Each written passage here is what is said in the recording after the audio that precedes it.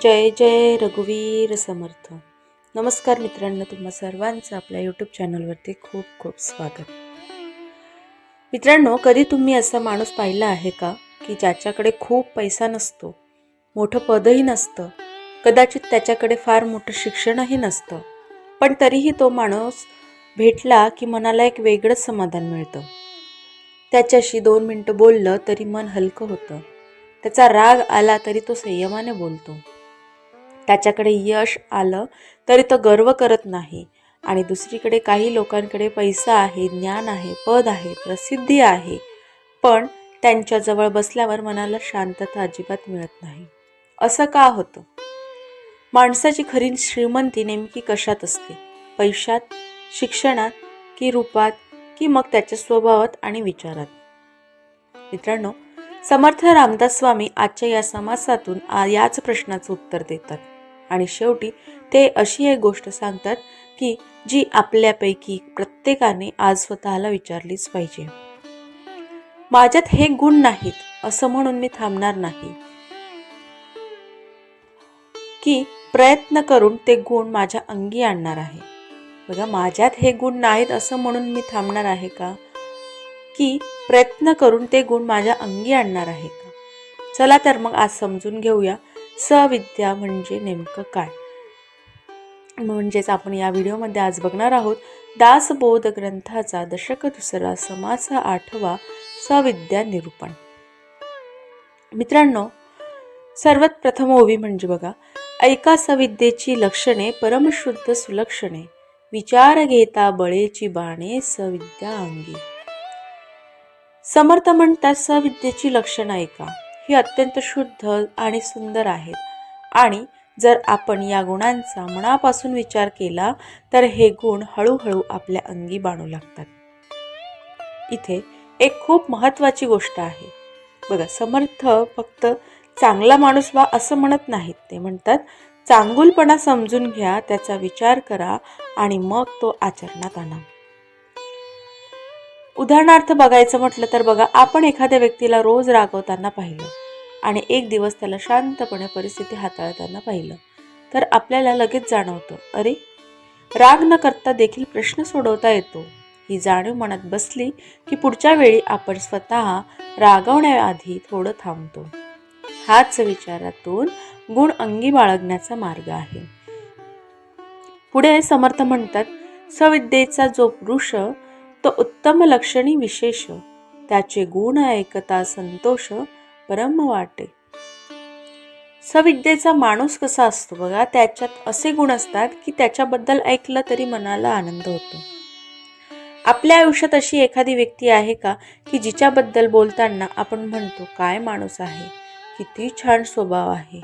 कदाचित ती व्यक्ती तुमची आई असेल, वडील असतील, एखादा शिक्षक असेल किंवा एखादा मित्र असेल. आज कमेंटमध्ये फक्त एका अशा व्यक्तीचं नाव लिहा ज्यांच्याकडून तुम्ही एखादा चांगला गुण शिकलात. नाव लिहायचं नसेल तर फक्त तो गुण लिहा. पुढे समर्थ म्हणतात, भाविक सात्विक प्रेमळ, शांती क्षमा दयाशीळ, लीन तत्पर केवळ अमृतवचनी. बघा, समर्थांनी पहिल्याच गुणांमध्ये काय सांगितले? प्रेम, शांतता, क्षमा, दया आणि नम्रता, आणि शेवटी एक सुंदर शब्द आहे अमृतवचनी. अमृतवचनी म्हणजे त्याची वाणी अमृतासारखी गोड. आपण थोडा विचार करूया बघा, आपण घरात कोणाशी जास्त कठोर बोलतो, बाहेरच्या माणसाशी आपण किती गोड बोलतो, पण घरातल्या माणसाला हे किती वेळा सांगायचं, तुला काय कळतंय का, तुझ्यामुळेच सगळं बिघडतं, हे शब्द आपण सहज बोलतो. पण समर्थ विचारतात, तुमच्या शब्दांनी समोरच्या माणसाचं मन फुलतंय की कोमेजतंय? आपली वाणी देखील आपली सविद्या दाखवते. समर्थ पुढे म्हणतात, परम सुंदर आणि चतुर, परम सबळ आणि धीर, परम संपन्न आणि उदार. आणि पुढे परम ज्ञाता आणि भक्त, महापंडित आणि विरक्त. बघा, हे फार सुंदर आहे. समर्थ म्हणतात, माणसाकडे एक गुण असला म्हणून तो पूर्ण होत नाही. ज्ञान असेल तर नम्रता हवी, पैसा असेल तर उदारता हवी, शक्ती असेल तर संयम हवा, ज्ञान असेल तर भक्ती हवी, यश असेल तर अहंकार नसावा. आजच्या काळात आपण काय पाहतो, एखाद्याला थोडं यश मिळालं की तो दुसऱ्याला कमी समजू लागतो. थोडा पैसा आला की वागण्यात बदल होतो. थोडं ज्ञान मिळालं की समोरच्याला अज्ञानी समजतो. पण समर्थ सांगतात की खरा मोठेपणा म्हणजे गुण वाढताना अहंकार कमी होणे. मित्रांनो, एक छोटासा प्रश्न आहे बघा. तुमच्याकडे पैसा आला तर तुम्ही बदलाल का? तुम्हाला मोठं पद मिळालं तर तुमचं बोलणं बदलेल का? तुम्हाला प्रसिद्धी मिळाली तर तुम्ही जुन्या माणसांना विसराल का? हा प्रश्न आज स्वतःला विचारा. कारण समर्थांच्या मते माणसाची खरी परीक्षा त्याच्याकडे काहीतरी आल्यानंतर होते. समर्थ म्हणतात की श्रेष्ठ आणि नम्रता सर्वत्रासी.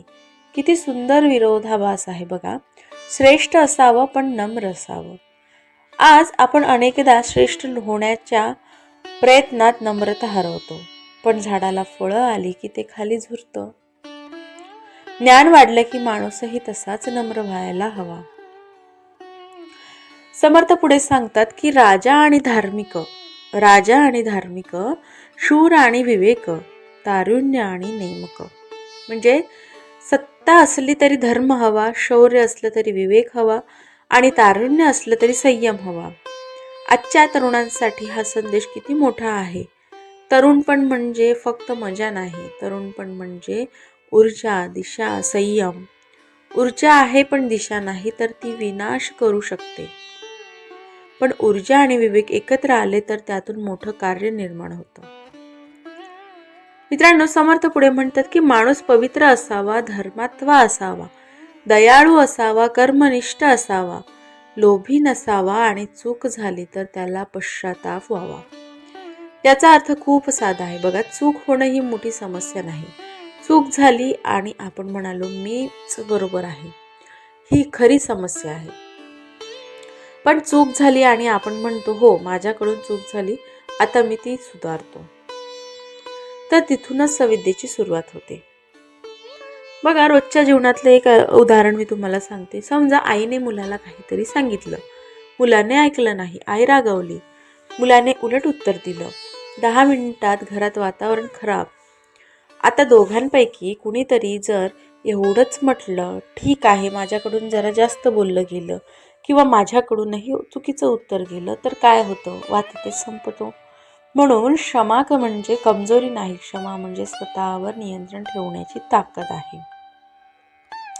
बघा, समर्थ एक अतिशय महत्वाचा गुण सांगतात की आदर सन्मान तारतम्य जाणे, प्रयोग समयो प्रसंग जाणे. म्हणजे कोणाचा किती आदर करायचा, कुठे काय बोलायचं, कोणत्या वेळी कोणता निर्णय घ्यायचा, हे समजणं म्हणजे विवेक.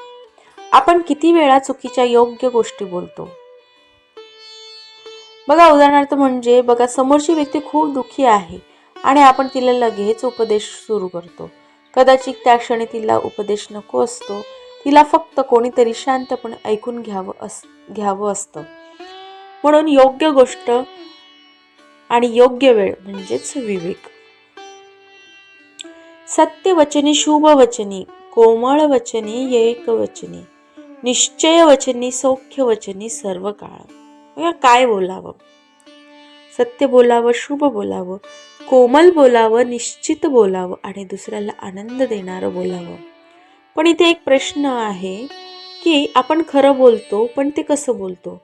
मी तर खरंच बोललो असं म्हणून आपण कधी कधी दुसऱ्याचं मन दुखावतो. समर्थांचा संदेश असा नाही की खोटं बोला. ते सांगतात सत्य बोला, पण ते अमृतासारखं बोला. पुढे समर्थ म्हणतात, विवादरहित संवादी, संगारहित निरोपाधी, दुराशारहित अक्रोधी, निर्दोष निर्मत्सरी. म्हणजे सविद्येचा माणूस सतत वाद घालत बसत नाही, तो क्रोधाच्या आहारी जात नाही, दुराशा ठेवत नाही आणि मत्सर करत नाही. आता इथे प्रत्येकाने स्वतःला एक प्रश्न विचारायचा आहे की आपल्याला दुसऱ्याचे यश पाहून खरंच आनंद होतो का? की मनात कुठेतरी विचार येतो, याला एवढं कसं मिळालं, माझ्यापेक्षा पुढे कसा गेला? जर हा विचार कधी मनात आला असेल तर स्वतःला दोष देऊ नका, पण त्याला ओळखा. कारण मत्सर ओळखला की त्यातून बाहेर पडण्याची सुरुवात होते. आता मला या संपूर्ण समासातील एक ओळ खूपच विशेष महत्त्वाची वाटते. ती म्हणजे सिद्ध असोनी साधक साधन रक्षी. बघा, याचा अर्थ असा की एखाद्याने कितीही प्रगती केली असली तरी त्याने साधना सोडू नये. हे आपल्या जीवनाला किती लागू होतं. बघा, आपण एखादं काम शिकलो, थोडं यश मिळालं आणि मग सराव बंद. परिणाम हळूहळू तीच गुणवत्ता कमी होते. म्हणून समर्थ सांगतात, मी आता सगळं शिकलो असं कधीही समजू नका. शिकत राहा, सुधारत राहा, साधना करत राहा. आणि आता येतो या आपण समासाचा सर्वात सुंदर भाग. बघा, समर्थ पुढे म्हणतात की उत्तम पुरुषासाठी अनेक शब्द वापरतात समर्थ. ते पुढे म्हणतात की सुखरूप, संतोष रूप, आनंद रूप, हास्य रूप, ऐक्य रूप, आत्मरूप, सर्वत्रासी. बघा, असा माणूस स्वतः सुखी असतो आणि त्याच्या सहवासाने इतरांनाही सुख मिळते. तो आनंदी असतो, प्रसन्न असतो आणि सर्वांमध्ये एकच आत्मतत्व पाहतो. म्हणून प्रश्न असा नाही की माझ्याकडे किती आहे, खरा प्रश्न आहे माझ्या सहवासाने दुसऱ्याला काय मिळतं. शांतता, धीर, आनंद, प्रेम की तणाव, हा प्रश्न मनात ठेवा मित्रांनो. आणि आता या संपूर्ण समासाचा कळस येतो. बघा, समर्थ म्हणतात, असो ऐसे उत्तम गुण हे सविद्येचे लक्षण, अभ्यासा या निरूपण अल्प मात्र बोलिले. आणि त्यानंतर पुन्हा समर्थ म्हणतात की रूप लावण्य अभ्यासिता न ये, सहज गुणास न चले उपाय, काहीतरी धरावी सोय अंगातूक गुणाची. म्हणजेच बघा, ही ओवी आपल्या जीवनासाठी फार मोठी शिकवण आहे. खूप सुंदर असणं आपल्या हातात पूर्णपणे नसतं. काही गोष्टी जन्मजात असतात, पण नम्रता अभ्यासाने येऊ शकते, संयम अभ्यासाने येऊ शकतो, गोड बोलणं अभ्यासाने येऊ शकतं, क्षमा अभ्यासानं शिकता येतं, विवेक अभ्यासानं वाढवता येतो, दयाळूपणा तोही कृतीतून वाढवता येतो. म्हणून समर्थ आपल्याला दोष देत नाहीत, ते आपल्याला एक संधी देतात की तू आज जसा आहेस तसाच कायम राहण्याची गरज नाही. मित्रांनो, आपण आयुष्यात खूप मोठी गोष्ट मिळवण्यासाठी धावतो. खूप गोष्टी मिळवण्यासाठी आपण धावत असतो. पैसा हवा असतो, घर हवं असतं, यश हवं असतं, मान सन्मान हवा असतो. पण समर्थ रामदास स्वामी या समासातून आपल्याला विचारतात की हे सगळं मिळाल्यानंतर तू माणूस म्हणून किती सुंदर राहिलास. बघा, आजपासून आपण एक छोटा संकल्प करूया की सगळे 50 गुण एकदम अंगी आणायचे नाहीत. फक्त एक गुण निवडा. कोणीतरी रागावलं तर शांत राहायचं, कोणीतरी चूक केली तर लगेच टोमणा मारायचा नाही, कोणीतरी यशस्वी झालं तर मनापासून त्याचं अभिनंदन करायचं, घरातल्या व्यक्तीशी एकदा प्रेमाने बोलायचं आणि रात्री स्वतःला विचारायचं की आज माझ्यातला कोणता गुण कालपेक्षा थोडा चांगला झाला. हीच खरी साधना, हीच सविद्या. आणि म्हणूनच समर्थांचा शेवटचा संदेश अत्यंत स्पष्ट आहे. बघा, चांगले गुण जन्मताच मिळाले पाहिजेत असं नाही, ते प्रयत्नांनी अंगी आणतायत. म्हणून आज जर तुम्हाला वाटत असेल माझ्यात संयम नाही तर निराश होऊ नका. मला पटकन राग येतो तर स्वतःला दोष देऊ नका. माझ्यात नम्रता कमी आहे तर तिथेच थांबू नका. कारण समर्थ म्हणतात, अभ्यास करा, प्रयत्न करा, गुण अंगी आणा. आणि शेवटी मला तुमच्याकडून एक उत्तर हवं आहे. या संपूर्ण सविद्येला एक गुण म्हणून मला स्वतःमध्ये वाढवायचा असेल तर तो कोणता? शांतता, क्षमा, गोडवाणी, नम्रता, विवेक, दयाळूपणा की मत्सर आणि क्रोध सोडण्याचा प्रयत्न? कमेंटमध्ये फक्त एक गुण लिहा. कदाचित तुमची ती एक छोटी कमेंट तुमच्यासारखाच हा मार्ग शोधणाऱ्या दुसऱ्या एखाद्या व्यक्तीला प्रेरणा देईल. व्हिडिओ आवडला असेल तर लाईक, शेअर आणि सबस्क्राईब करायला विसरू नका. धन्यवाद.